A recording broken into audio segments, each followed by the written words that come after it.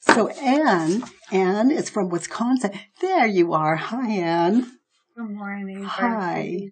So Anne, I love that you submitted I love what you submitted. It really touched my heart. And would you please read from the top so that everyone can tap into the email that you sent me? Sure. Thank you. I found your book and the work via Eckhart Tolle. My daughter Hannah. Yeah. Was killed in a car accident in May. Yeah. It was a no-fault accident. Her husband was driving and they were hit by a truck. She died instantly. Matt, her husband, underwent 2 brain surgeries but survived, and he's making a full recovery. My husband and I were in the car in front of them when the accident occurred. They were home in Wisconsin for a wedding. So I'm trying to use the work to deal with my grief. I've tried working with, I'm angry that I've lost Hannah forever, or I'm angry at God, life, for ending Hannah's life so soon, taking her from all of us so soon. Hannah really was a beloved soul, kind, funny, sweet, gracious. She was a passionate worker for justice. She had a career as a civil rights worker and was just weeks away from finishing a master's in teaching and had a job lined up to work at a public charter school for young girls in inner city Baltimore. She was just short of her 30th birthday. She and her husband were role models to everyone in the kind of love they had for each other. He's an oncology nurse. So I really get stuck working with the predominant stumbling block in my thinking that I have lost her and that I will never really be happy without her physical presence again. Yeah. I get stuck at the final turnabout when I say I don't want to ever live through her death again, or I don't ever want to lose her again. I can't grasp that I would welcome her dying again and again.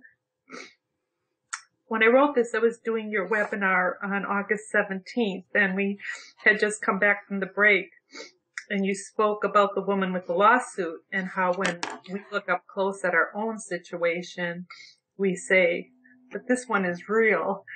This one is really real. Yeah. And that's how I feel about losing my daughter. Like, I can't just spiritualize that away. No, we can't.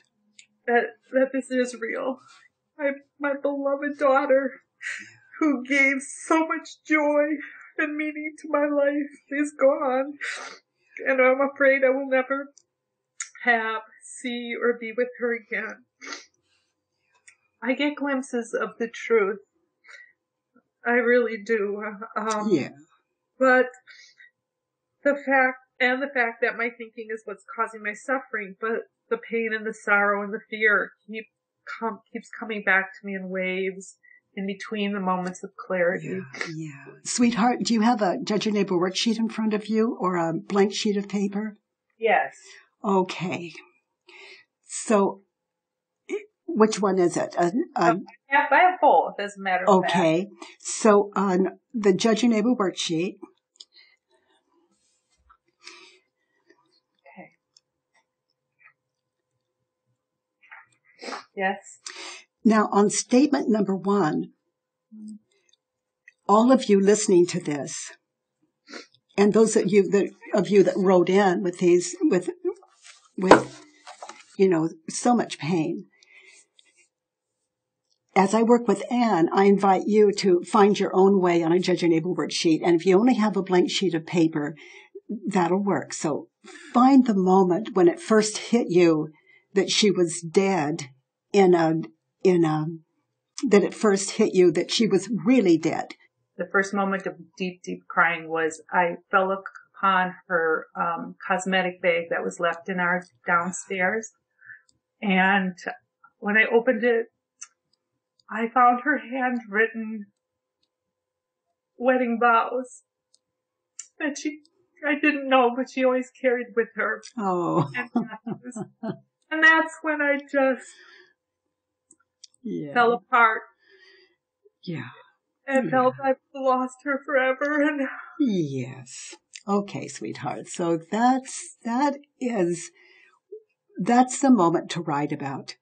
Now, those of you listening, it doesn't have to be that moment. It can be any moment. It can be the moment you're experiencing right now. You know, it can even be a trivial thing. It doesn't have to come to this kind of devastation. But here we are, Anne. So you're in her room. Is that where you are? I'm actually in the bathroom downstairs. Okay, you're in the bathroom downstairs. And I'm devastated because I don't have Hannah. Yes. So write that down. I'm devastated because I don't have Hannah. Okay.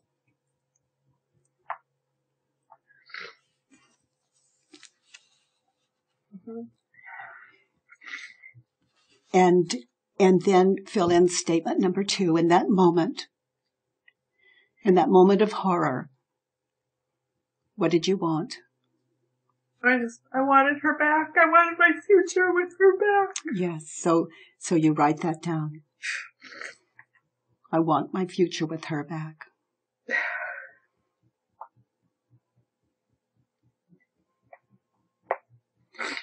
And on the other side of this call, you might find a couple of other just very short wants that were in that space, in that bathroom, in that situation, in that moment of horror. So, Anne, what advice would you offer Anne in that moment? What advice would I offer Anne in that moment? Anne should, Anne shouldn't. Anne should be here. Oh, you mean Hannah? Are you talking about? I'm sorry, Anne. Hannah should be here. Hannah should. It was in that space, so I certainly don't want to put words into your mind. Hannah shouldn't have died. Good. Should be here. Good.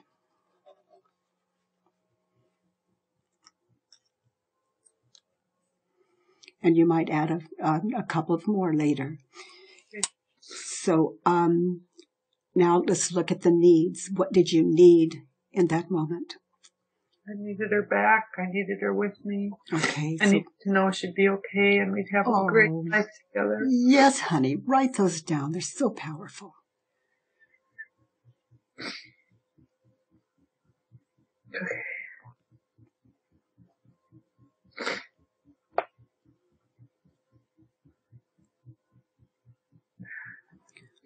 Okay. Mm-hmm. So when you're ready, identify Hannah is and fill in statement number 5. And everyone, as we witness Anne filling in statement number 5 on the worksheet, you know, that's the place where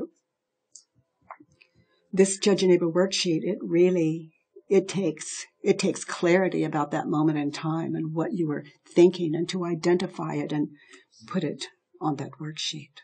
In that moment, I just felt she's gone from me forever. So write it down. Hannah is gone from me forever.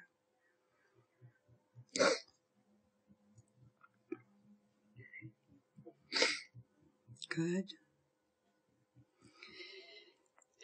Now, in your letter to me, it's really, you have, in your letter to me, you have statement number 5 filled in. Hannah is. Hannah is beloved soul. She's kind, she's funny, she's sweet, she's gracious, she's passionate worker for justice. And you could go on and on. And you have number 6 in your email to me as well. It says, I don't ever want to live through her death again. And I don't ever want to lose her again. So read statement number 1 again. I don't have Hannah. So you don't have Hannah. Is that true? In that situation, in that bathroom, you don't have Hannah. Is it true? No.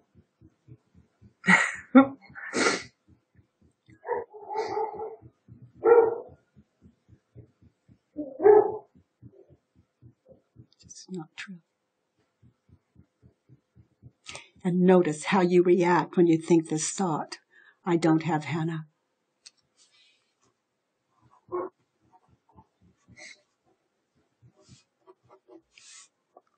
What happens emotionally in the bathroom when you think that thought?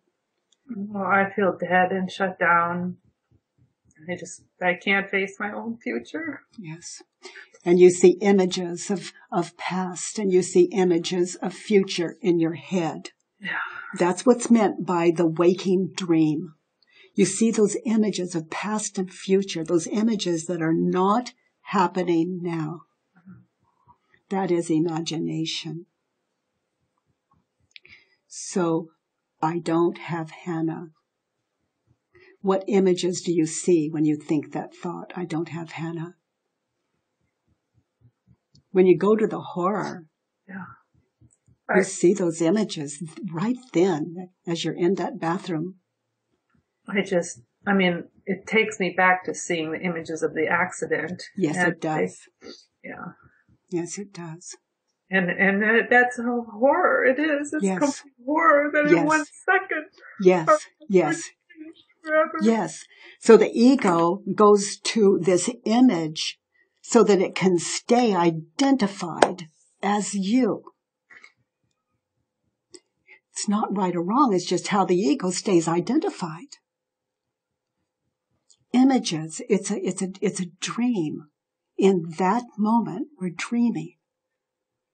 Okay. And in other words, we're dreaming. We see these images of her in the past. And as we witness that, it's like looking on screen at a horror. Just horror. It's so real. And in your letter, you said, this one's real. Well, that's what you were looking at. And it seems real, but they're images, aren't they? Yes. Okay. So we're just looking at that moment. So now, in the bathroom, reading her vows, and in that moment, whatever that was for you, okay, that horror, who would you be? You see an image of you in the bathroom reading that? Yeah. Who would you be without the thought,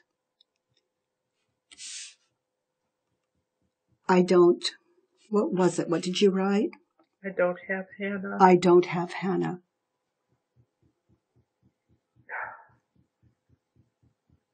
Now, we're not talking about going into denial here, everyone. Sure. We're talking about, just notice, do you see her in the bathroom? I know I do. I see you in there reading vows, and I wasn't even there. So who would you be without the thought, I don't have Hannah? So you see that image of you in the bathroom. Are you okay? Is the ground holding you? Yes. Okay, and you have hair, and you're reading Hannah's vows. You see that physical presence of yourself there. Who would you be reading her vows without the thought, I don't have Hannah?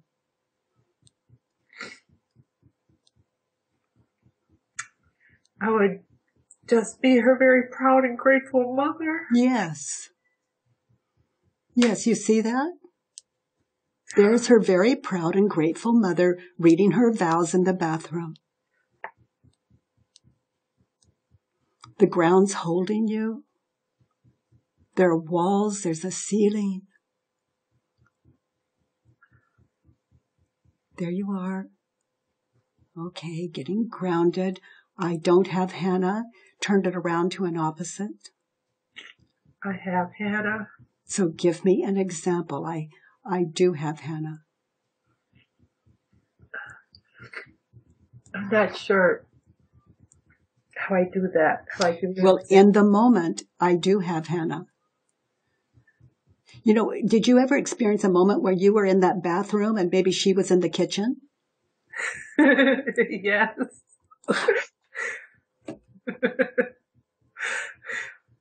And you felt perfectly fine.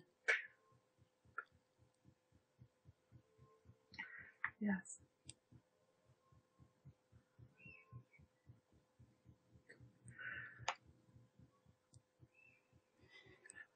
I don't have Hannah. Can you find another turnaround?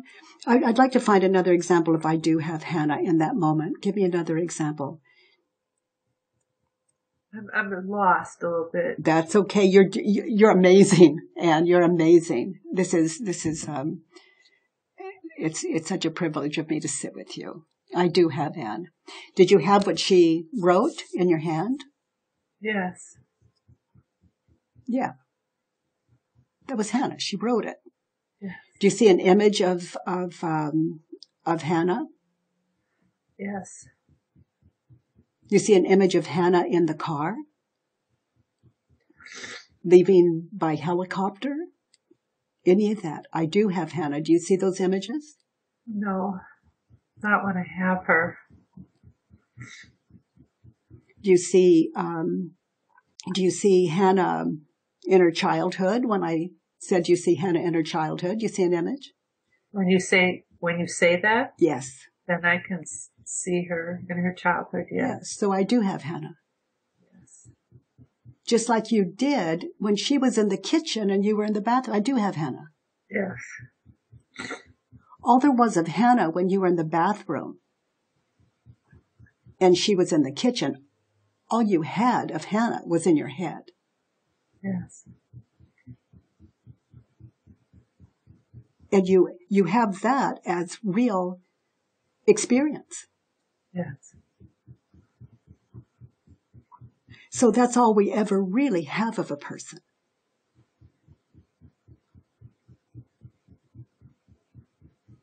You know, I could tell you I'm married to Stephen and he's at home, but I just don't know. You know, for all I know, he's gone. But that will never cost me Stephen.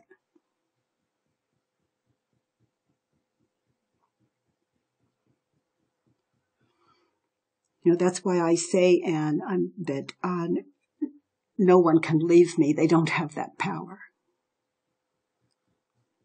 In my life, no one dies. So, you know, this is not a trick of mine. Believing anything differently is a trick of mind, and it's really painful. Let's look at another turnaround. I don't have Hannah. Turn it around to the self. I don't have myself. Yes. You're totally lost in that bathroom in a horror movie. Yeah.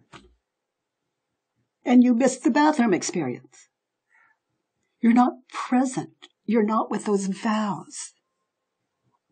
You're not feeling the love that those vows can give you. You're blending it with horror.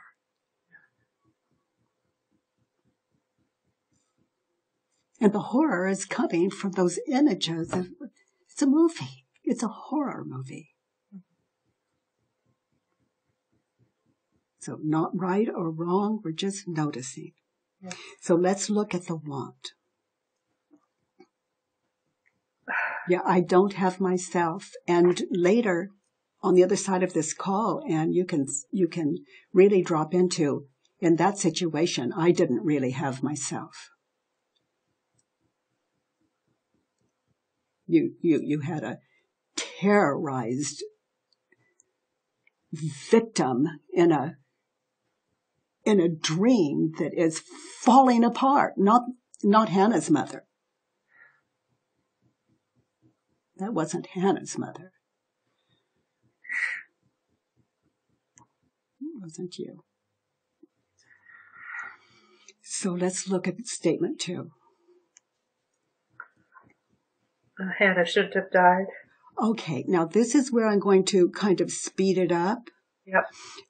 Maybe. Sure. But read that one again. Hannah shouldn't have died. Is that true?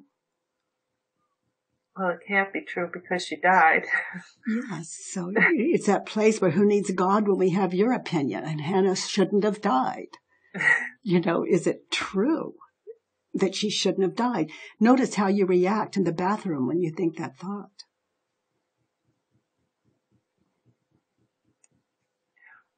Yeah, you're at war with God, at war with reality, at war with your most precious self.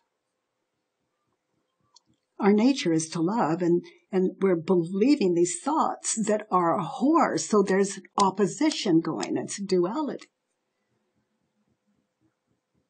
But it's simply how this wild ego stays identified. As I am a victim of the world. So Hannah shouldn't have died. Who would you be reading her vows in that bathroom without the thought, Hannah shouldn't have died? I'd have been so grateful for the life that she lived and I shared with her. Just grateful. Not sad and grateful, just grateful. And reading those vows.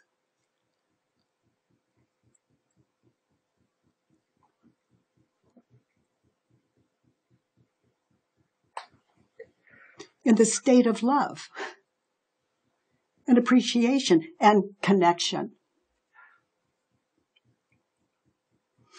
Hannah shouldn't have died, turned around, Hannah should. Yeah, died. So if this is a friendly universe, and of course in my experience, it is 100% a friendly universe. But I'm of sound mind, maybe not where other people would see it that way, but I'm connected. That's what I mean of sound mind. So Hannah should have died. An example, Hannah should have died. If it's a friendly universe, why is it good for Hannah she died? Why is it good for you she died? Why is it good for the world that she died? In a friendly universe, it's got to be a win-win, not a lose. This is tough work. There's only one thing tougher, and that's not finding resolution. Yeah. Right. I'm a little dumbstruck when you, so you're asking for the example that Hannah should have died. Yes, it is a friendly universe. Why would it be that Hannah should have died? This is, I get dumbstruck because I feel like my brain can't reason that answer. Only God has that answer. Well, I'm asking you to get so close to God that you can hear the answer.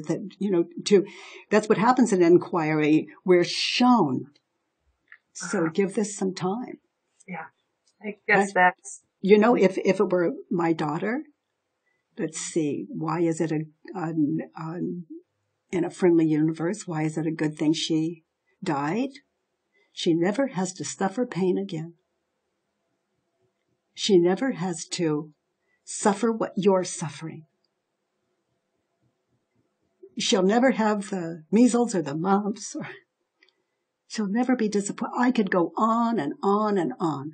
It doesn't mean I wouldn't prefer she's alive. I mean, because obviously, selfishly, it's all about me. Right. Yeah. Totally. All about me and my welfare and my happiness. But I want to get out of that box. And if God is good, if the universe is friendly, why is she better off? So sit quietly with those. And why are you better off? That's the tough one. That's the tough one, but you can do it. You can do it. It's all about asking and then listening and being shown. And at that point, that's where faith really works, because when your mind is open, you'll be shown. And it really is the truth that sets us free. I love inquiry.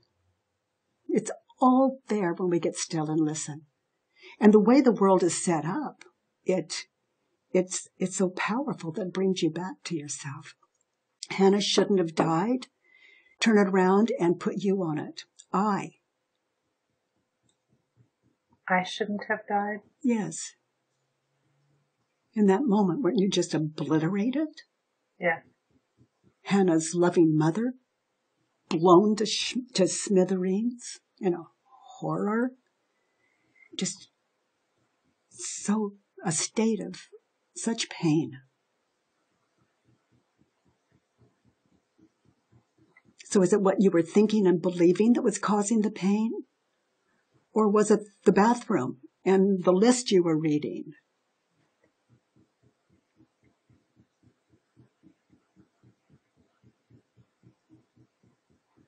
I mean, look at you in that bathroom. You're fine. Other than what you're thinking and believing, you're fine.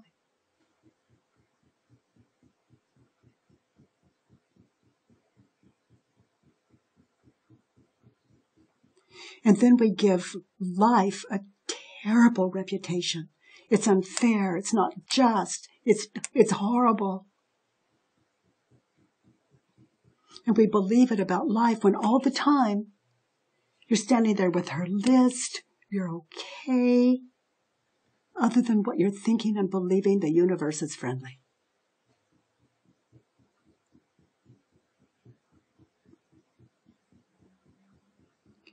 And we're just talking about that moment. Anything else you can take on later. We're just doing one situation at a time.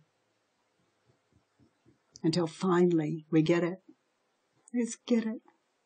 We find ourselves so connected to our daughters that no death can separate us. Not from any human being. If we could be separated, there's something really off here. This is more like hell than heaven. But it's a state of mind. So, sweetheart, let's look at your wants. Statement 2.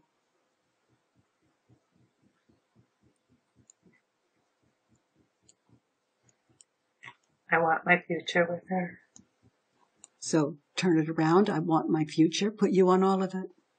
You've got your future with her. She's always there. She's always there. She's always there. Just like she was in the kitchen and you were in the bathroom. She's always there. She's always there. Anytime she shows up in your mind, it's a visit. Don't block her out. You shove her out with these horrific images. Let her in. Just as though she were in the kitchen. She's closer than that. She's right here. And the mind is open, the heart is open. So invitation to be open to those visits. And when it looks like a horror, you have the work. I want my future with Hannah. Turned around, I want my future with myself. Yes. Yeah. You were lost in that bathroom. You lost yourself. You lost Hannah's mother. Understanding, connected, loving her.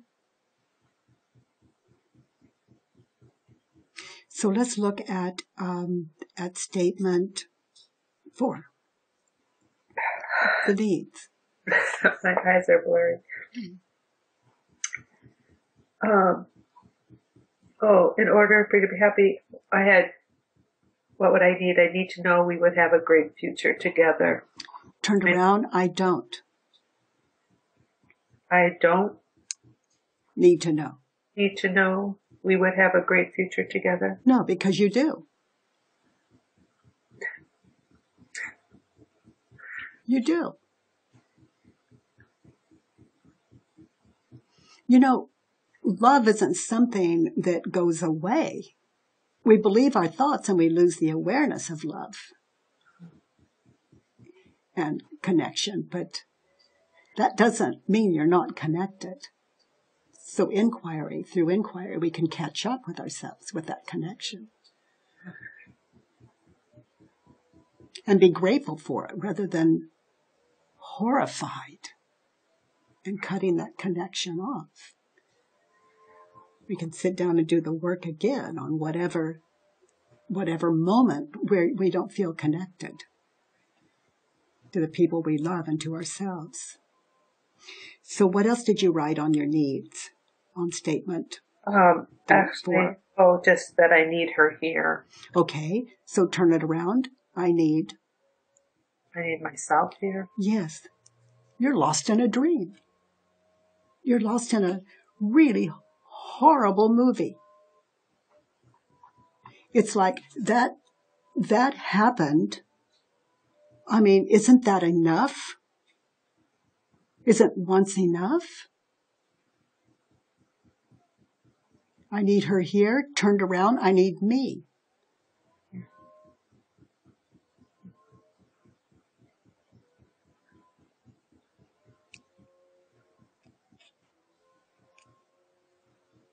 I need me of right mind here, standing in that bathroom, taking in her vows, connected, and maybe just sobbing in a state of love. And that's probably all you were experiencing anyway. Just loving Hannah. Now that is a big feeling.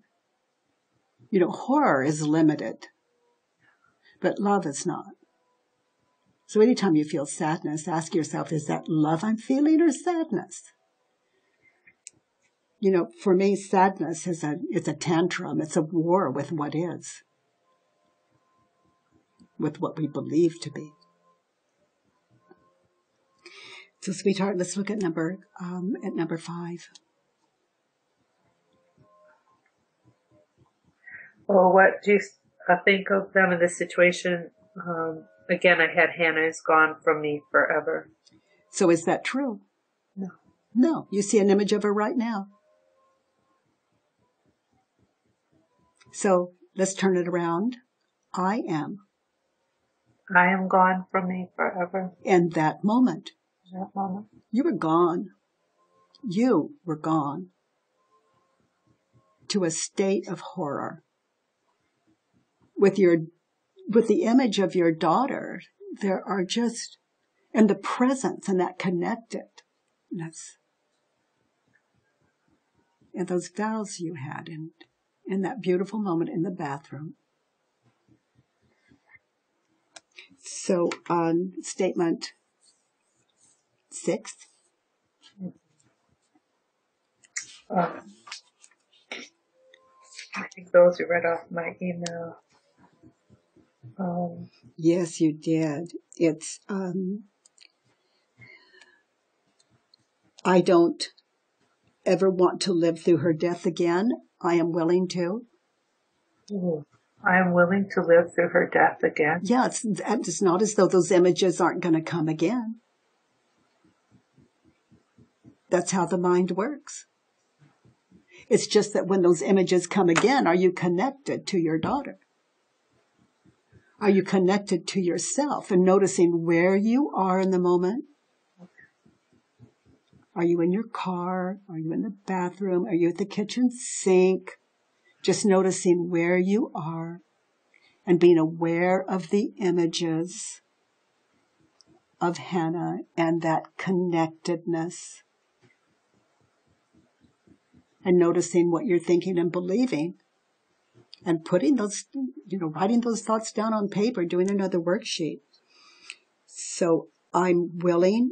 I don't ever want to live through her death again. I look forward to. I look forward to living through her death again. Yes, because where is that death? In my mind. Yeah. And is that Hannah or is that imagination? Imagination. You know, that's why people want to be in the present. They don't want to live in the past and future because they don't know how to handle the images and the story we put on the images. Yeah.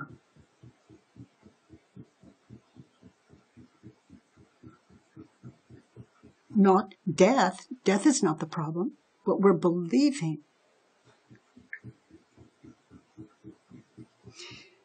So, I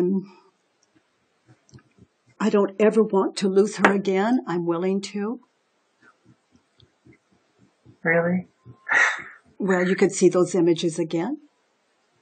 You could feel the loss of her again. Mm-hmm.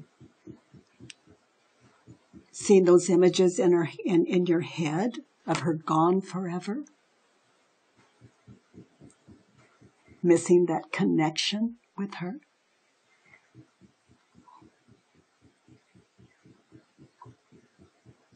It could happen again. Would you agree to that?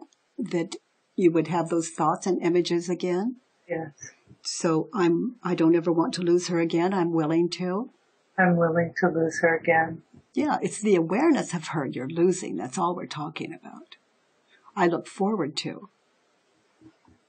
I look forward to losing her again. Yeah, because that's going to be, there we have terms for it, like grief, like we're a victim. That is not, that's an old paradigm. And I love that you would invite yourself to a new one and get down to, like you've done today, like the real thing. Your mind is so open, you truly have a gift. An open mind is a gift.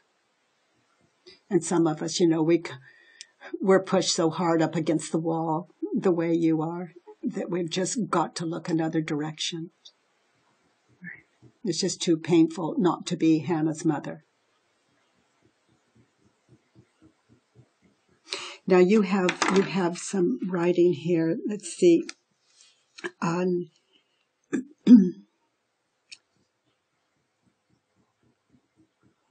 Hannah was a beloved soul, you wrote. Kind, funny, sweet, gracious, a passionate worker for justice. Okay, so see if this is as true. I am a beloved soul. I am kind and funny and sweet and gracious and a passionate worker for justice. Isn't that as true? Yes. And that's the mother you're throwing away when you're caught in this dream, this waking dream, this nightmare. When Hannah was living in one city and you were living in the other, you didn't have these horrific things going on. Right.